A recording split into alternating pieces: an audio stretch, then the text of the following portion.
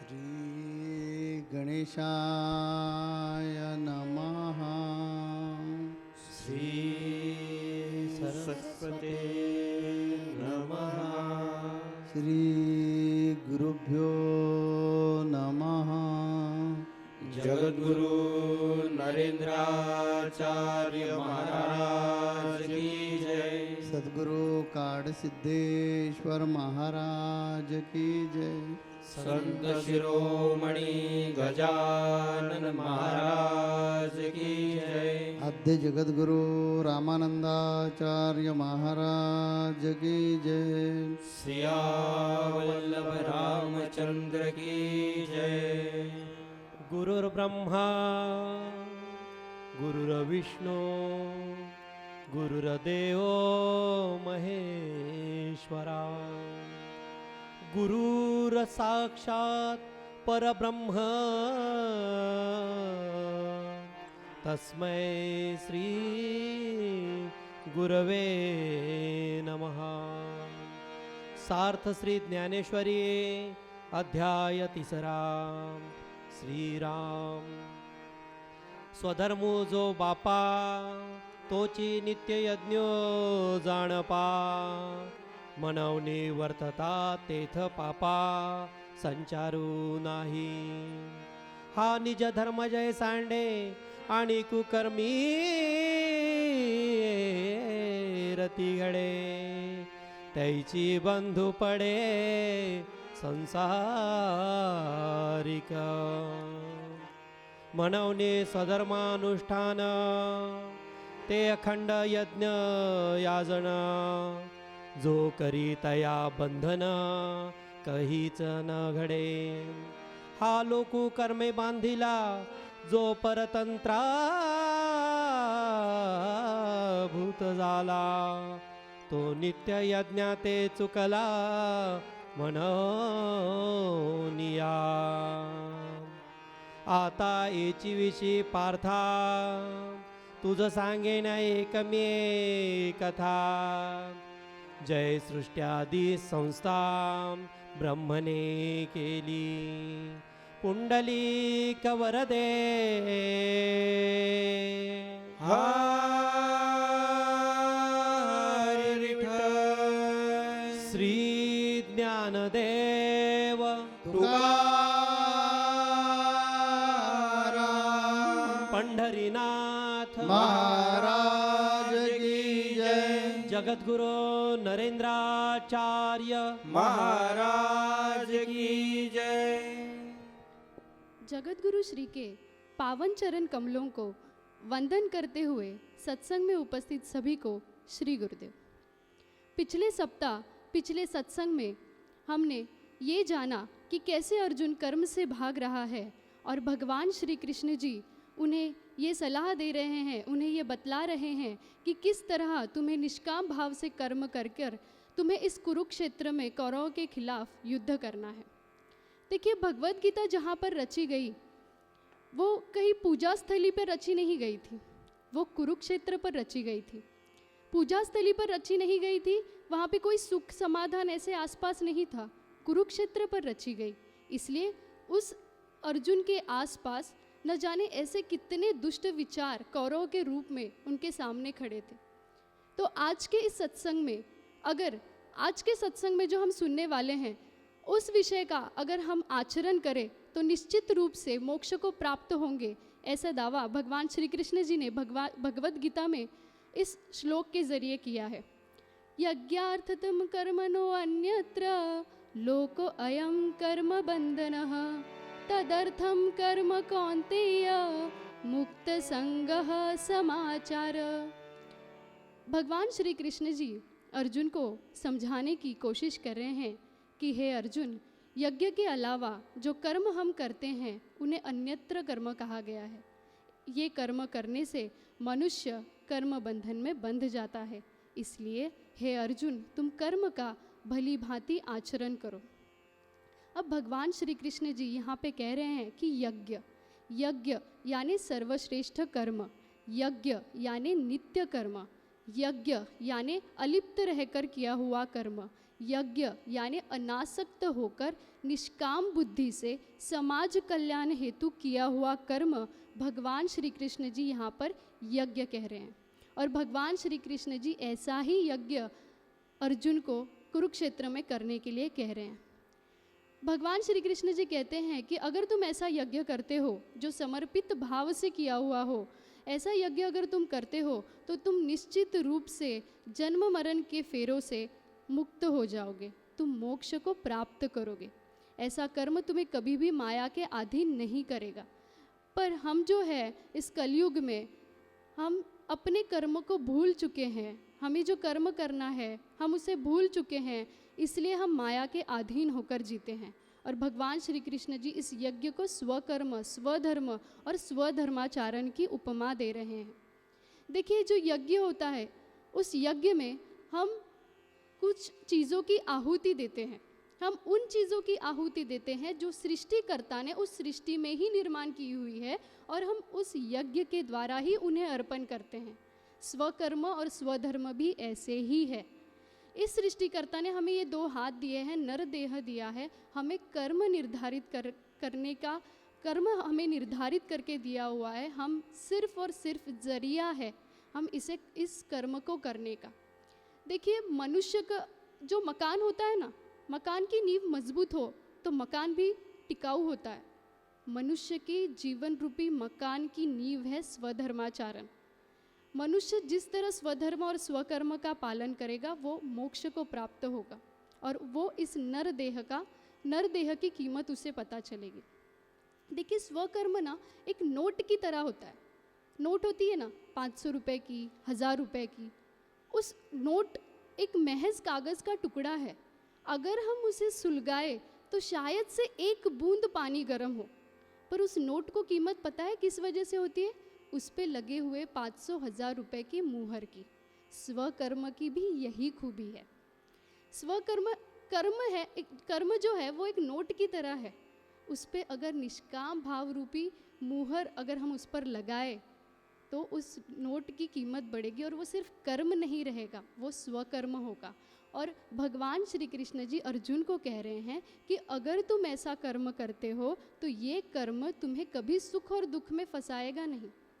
भगवान श्री कृष्ण जी अर्जुन को कह रहे हैं कि तुम जो कर्म करो वो समर्पित भाव से करो। जब कोई भी जीव शरीर और मन से समर्पित भाव रखते हुए कर्म करता है तो वो कर्म उसे निश्चित रूप से मोक्ष की प्राप्ति कराता है। ये दो हाथ, हम कहते हैं कि ये कर्म मैंने किया, ये गाड़ी मैंने खरीदी, ये घर मैंने बांधा है, ये मैं तुम्हें मदद कर रहा हूँ, मैं ये कर रहा हूँ, मैं वो कर रहा हूँ। ये मैं जो है ना, ये हमें कर्म करने के लिए कहता है। पर ये मैं को हम निकाल कर हम ये सोचते हैं कि ये ईश्वर है जो मेरे ज़रिए ये कर्म करवा रहा है। अगर हम ऐसा सोचें तो वो उस कर्म का फल निश्चित रूप मोक्ष की प्राप्ति होगा। तो ये कर्म जो करना है वो समर्पित भाव से करना है। खुद को ईश्वर के चरणों में, अपना मन खुद को सद्गुरु के चरणों में, ईश्वर के चरणों में रखते हुए हमें वो कर्म करना है। तो वो सिर्फ कर्म नहीं रहेगा, वो स्वकर्म होगा, वो स्वधर्म होगा। आज के इस युग में अगर हमें स्वकर्म और स्वधर्म का एक जीवित उदाहरण हमारे सामने है तो वो है हमारे जगत गुरु श्री। जो जगत गुरु श्री ने हमें उनके ज़रिए एक उदाहरण हमारे सामने रखा हुआ है कि प्रपंच करते हुए परमार्थ करना, इसे ही तो स्वकर्म करते हैं। आज हमारे संप्रदाय के ज़रिए, हमारे जगत गुरु श्री के ज़रिए न जाने कितने ऐसे सामाजिक उपक्रम, सामाजिक कार्य किए जाते हैं जिनके ज़रिए न जाने कितने सारे दुखी पीड़ित लोगों को सुख की छाँव मिलती है, सिर्फ और सिर्फ निष्काम भाव से। और ये करते हुए वो अपना प्रपंच भी कर रहे हैं, यानी इंद्रियों को अधीन रखकर निष्काम भाव से कर्म वो जो कर रहे हैं वही स्वधर्म है। तो इससे भी बड़ी बात ये है, यानी उनके निष्काम भाव की तो कोई सीमा ही नहीं है, क्योंकि इतना करके भी वो ये कह रहे हैं कि मैं ये नहीं कर रहा हूँ, गजानन महाराज जी मुझसे ये सब कुछ करवा रहे हैं। तो स्वकर्म और स्वधर्म का इससे बड़ा उदाहरण हमारे सामने और कोई शायद ही हमारे सामने हो। तो आगे भगवान श्री कृष्ण जी अर्जुन को समझा रहे हैं कि मैं तुम्हें इस स्वकर्म और स्वधर्म के विषय में एक कथा सुनाता हूँ। ब्रह्मा जी ने जब समस्त जीवों की निर्मिति की, मनुष्य की और अन्य जीवों की निर्मिति की, तो उनके वृत्ति और उनके वर्ण के अनुसार उनके लिए कर्म निर्धारित किए। पर इन कर्म का विषय इतना गहन था कि प्रजा उसे समझ नहीं पाई, लोग उसे समझ नहीं पाए। इसलिए वो फिर से ब्रह्मा जी के पास जाते हैं और कहते हैं कि आपने तो हमें ये कर्म जो निर्धारित करके दिया है, ये हमारे समझ के बाहर है। अब हम किसका आश्रय ढूंढे, अब हम किससे पूछे कि हमें ये कर्म कैसा करना है। तो ये जो कर्म का गहन जो शब्द यहाँ पर श्लोक में बताया गया है कि ये कर्म गहन कैसे हो सकता है, तो हम एक उदाहरण के ज़रिए समझने की कोशिश करते हैं कि ये कर्म गहन कैसे होता है। देखिए, जब एक सैनिक जब देश की सीमा पर अगर उसे मृत्यु मिलती है तो उसे वीरगति प्राप्त होती है, यानी कर्म है मृत्यु।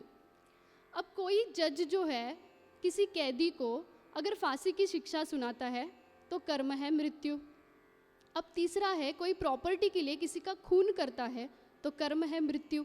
यानी कर्म एक ही है पर इसके पीछे का भाव अलग है। तो कर्म का ये विषय गहन होने के कारण प्रजा इसे समझ नहीं पाई।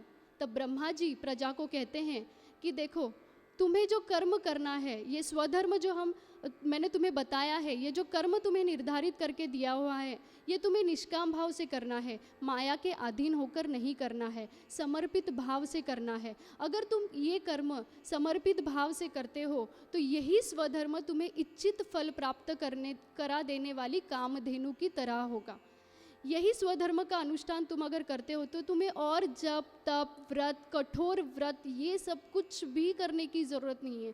तुम्हें तीर्थ यात्रा करने की ज़रूरत नहीं है, और जो कर्मकांड दिए हुए हैं शास्त्रों में वो भी करने की ज़रूरत नहीं है। सिर्फ और सिर्फ तुम्हें स्वधर्म का ही पालन करना है। जो कर्म तुम्हें वृत्ति और तुम्हारे वर्ण के अनुसार दिया गया है, वही कर्म समर्पित भाव से करना है। देखिए, हम यहाँ पे फिर से एक ही शब्द बारंबार सुन रहे हैं, वो है समर्पित भाव, जो हमें सद्गुरु के चरणों में रखकर, ईश्वर के चरणों में रखकर, परमात्मा के चरणों में रखकर जो हम कर्म करेंगे उसे ही समर्पित भाव कहा गया है। देखिए, संत सेनानाई थे। संत सेनानाई एक नाई थे जो बाल काटते थे। दूसरों के बाल काटते काटते उनके मन में ये आध्यात्मिक विचार आया कि मैं दूसरों के बाल काट रहा हूँ, क्या मैंने कभी अपने बुद्धि का मैल साफ किया है? यानी रोज मात्रा के नित्य कर्म, रोज मात्रा का नित्य उद्योग करते ही उनके मन में ये आध्यात्मिक विचार आया, क्या मैंने कभी अपने बुद्धि को साफ किया है? संत गोरा कुम्हार का उदाहरण लीजिए।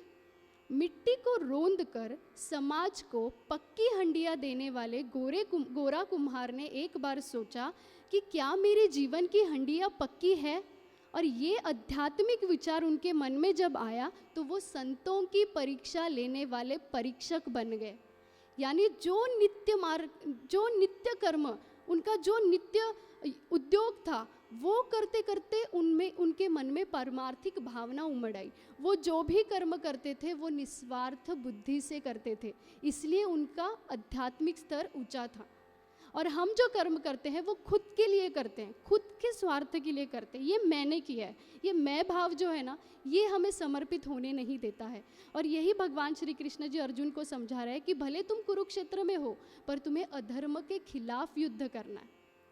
यानी ये जब स्वधर्म हम करते हैं ये अर्जुन कैसे कि देखिए, आपको कर्म करना ही पड़ेगा, क्योंकि अभी अभी हमने आपको सब समझा है कि आपकी इंद्रिय जो है, ये इंद्रिय रुकने वाली नहीं।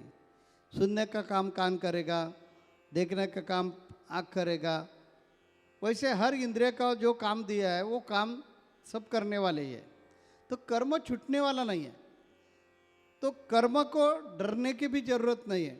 जो कर्म है, ये कर्म से पाप और पुण्य कैसे लगता है, इसी कारण भगवान कृष्ण ने अर्जुन को एक कहानी बताई कि जब इंसान को पैदा किया, प्राणियों को पैदा किया, तब भगवान ने उनके साथ यज्ञ भी तैयार किए।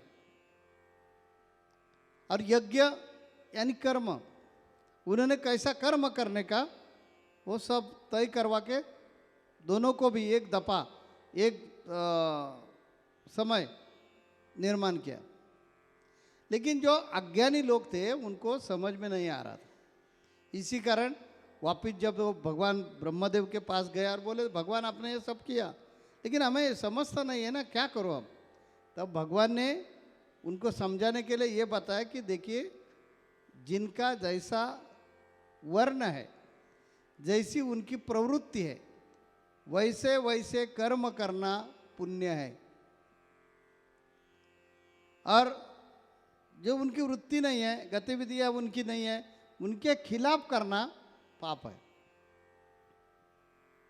कितना पाप और पुण्य की कर्म जो है वो कर्म करते समय, ये दीदी ने बहुत अच्छा बताया कि कोर्ट सजा देते हैं, तो उनका फर्ज है। वो सैनिक किसी पर गोली, यानी दुश्मन हमारे बाउंड्री के खिलाफ जो अंदर घुसने का प्रयास करते हैं, उन पर गोलियां चलाते हैं, उनका फर्ज है वो, क्योंकि वो उनका कर्तव्य है, और वो कर्तव्य निभाते समय जो कर्म कर रहे हैं वो है पुण्य।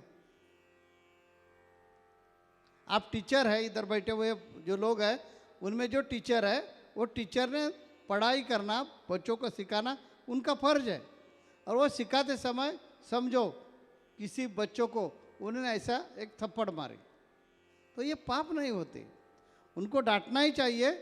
उनको जो सजा दी है उसमें उनका शुद्ध हेतु है कि ये बच्चा गड़बड़ी नहीं करना चाहिए, अभ्यास करना चाहिए।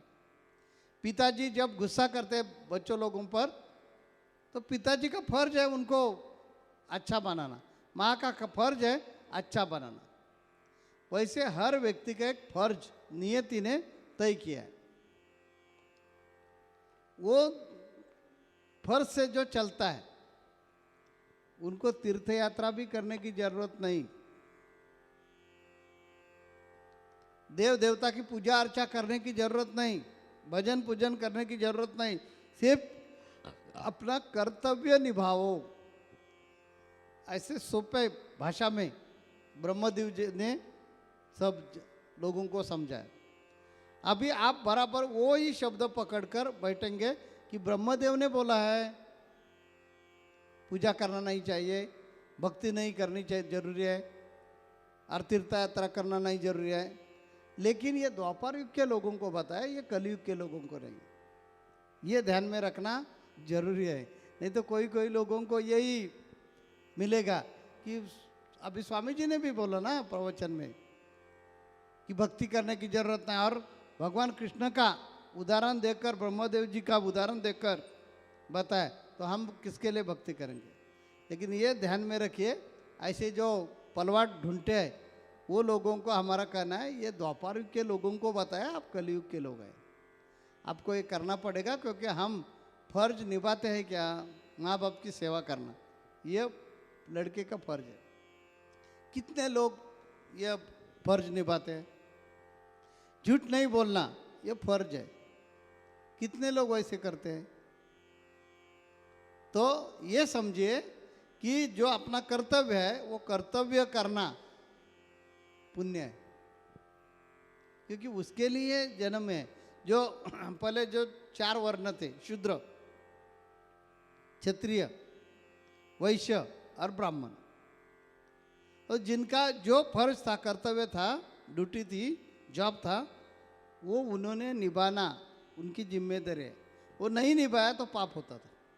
तुम्हारा काम यह है कि जो भूखा है उनको आपके पास जितना हो उसमें से कुछ ना कुछ दे दो, अन्नदान करने की जरूरत नहीं। वैसे अर्जुन, यही कर्म है कि जिनका वर्ण जो है, जिनकी प्रकृति जिसके लिए निर्माण किया है, वो फर्ज निभाना, वो अपना धर्म है। धर्मा माझी परम धर्म, स्वस्वरूपी रहने स्वधर्म। और ऐसा कर्म किया, ऐसा धर्म निभाया, तो उससे पुण्य मिलता है, मुक्ति मिलता है, मोक्ष मिलता है।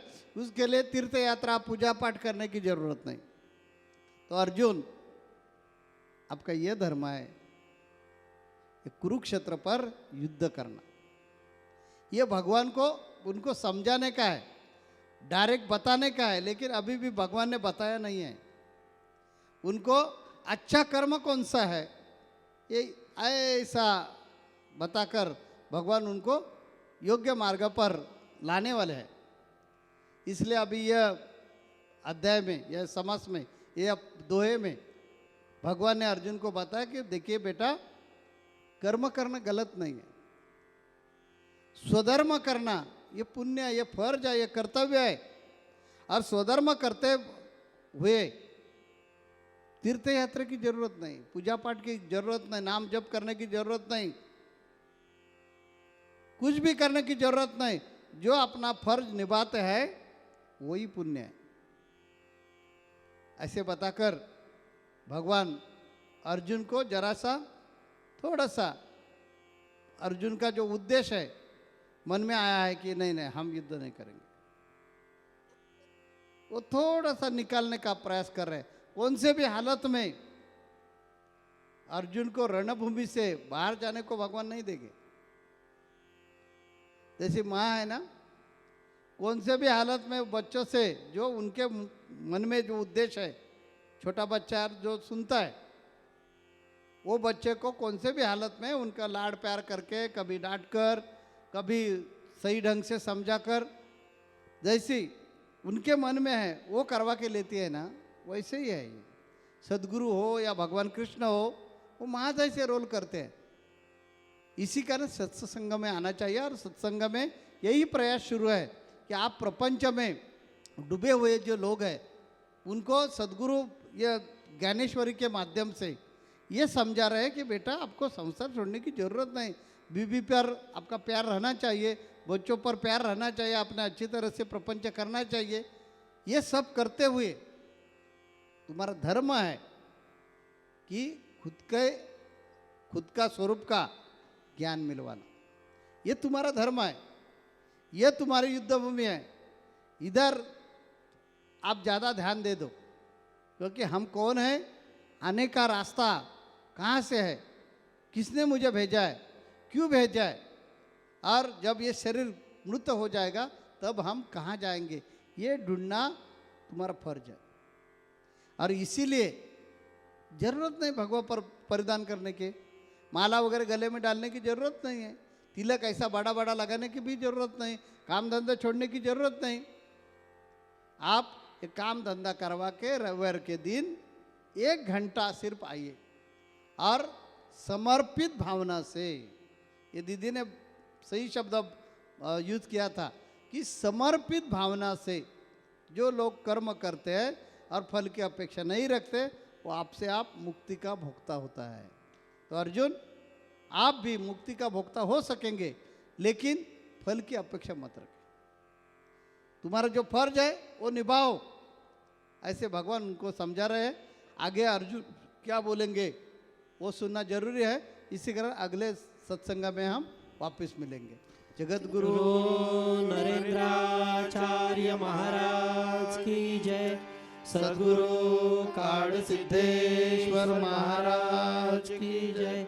संत शिरोमणि गजानन महाराज की जय। आद्य जगत गुरु रामानंदाचार्य महाराज की जय। सिया वल्लभ रामचंद्र की जय।